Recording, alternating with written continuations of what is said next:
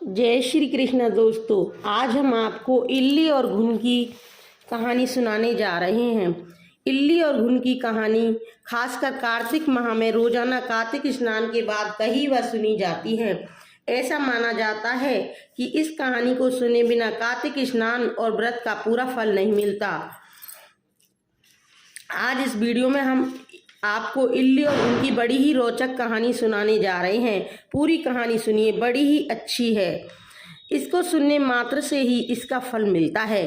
तो आइए शुरू करते हैं। ये बात काफ़ी पुरानी है, बहुत पहले की बात है। एक इल्ली और घुन बहुत अच्छे दोस्त हुआ करते थे। कार्तिक का महीना आया। एक दिन इल्ली बोली, आओ घुन, कार्तिक का स्नान करने चलें। इल्ली की बात सुनकर घुन बोला, देख भाई, तेरा क्या है, तू तो गिरी छुआरे में पड़ी रहती है और तेरे में तो बड़ी ताकत है, तू नहा सकती है। अपना क्या है, मैं तो साधारण मोठ बाजरे में पड़ा हूँ, तो भाई मैं तो नहीं जाऊँगा। मैं तो यहीं पड़ा रहकर हरे हरे बाजरे का सिट्टा खाऊंगा और ठंडा पानी पीऊंगा बस। इल्ली बोली, ठीक है भाई, जैसी तुम्हारी मर्जी। इल्ली निकल पड़ी कार्तिक नहाने के लिए। अब इल्ली राजा की लड़की के पल्ले में लगकर चली गई कार्तिक स्नान करने और घुन मोठ बाजरा खाने में मस्त रहा। अब कार्तिक का महीना समाप्त हुआ और साथ ही दोनों का इस योनि में जीवन पूरा हो गया। अब दोनों ही मर गए।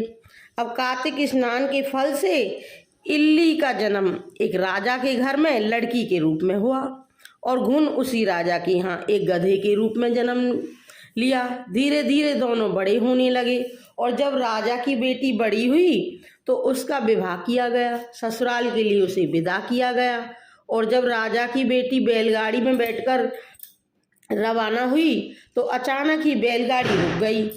पीछे पीछे राजा रानी आ रहे थे तो राजा रानी बोले, क्या बात है, ये बैलगाड़ी अचानक क्यों रुक गई, क्या मामला है।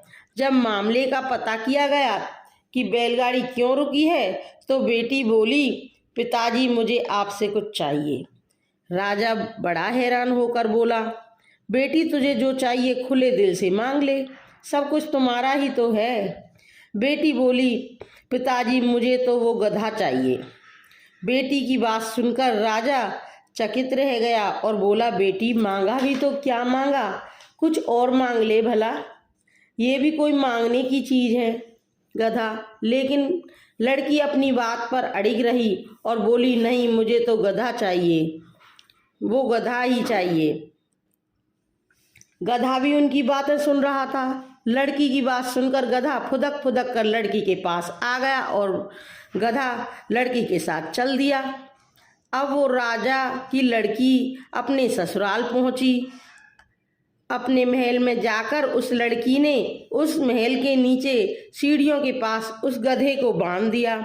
समय बीतता गया। एक दिन वो लड़की सीढ़ियों से नीचे उतरने लगी तो उस गधे ने कहा, हे सुंदरी, मुझे प्यास लगी है, थोड़ा सा पानी पिला दे। तो लड़की बोली, तुझे जब कहा था कि आजा कार्तिक नहाने चलते हैं तो तूने मना कर दिया। आलस के कारण तुझे तो मोठ बाजरा खाने की पड़ी थी, ठंडा पानी पीने की पड़ी थी। लड़की और गधे के बीच हुई वार्तालाप को लड़की की देवरानी और जेठानी सुन रही थी। अब महल की रानी को इस तरह से गधे से बात करते हुए सुनकर दोनों को चक्कर आने लगे। दोनों दौड़ी दौड़ी उस लड़की के पति के पास गईं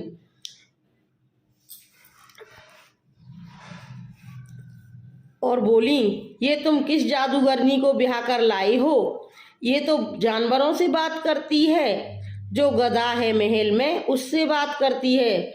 उस लड़की के पति को उन दोनों की बात पर विश्वास नहीं हुआ। वह अपनी भाभियों की बात सुनकर बोला, जब तक मैं अपने कानों से ना सुन लूं और जब तक मैं अपनी आंखों से नहीं देख लेता, मैं आपकी बात पर विश्वास नहीं कर सकता।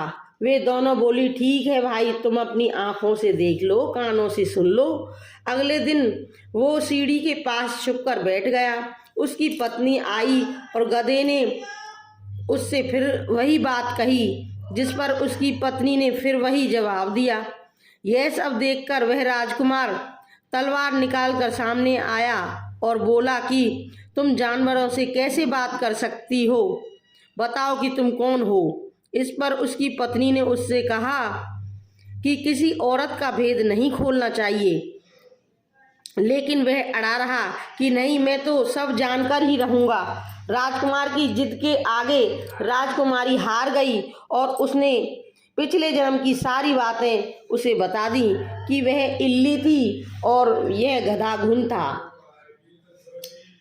उससे कार्तिक नहाने की बात कही थी, लेकिन इसने मना कर दिया, जिसके परिणाम स्वरूप यह इस जन्म में गधा बन गया और मैं राजा की बेटी के पल्ले में लगकर नहाई तो मैं राजकुमारी के रूप में पैदा हुई, इसलिए मैं तो इससे पिछले जन्म की बात कर रही थी। राजकुमारी की सारी बातें सुनकर राजकुमार बोला कि क्या कार्तिक स्नान का इतना पुण्य मिलता है?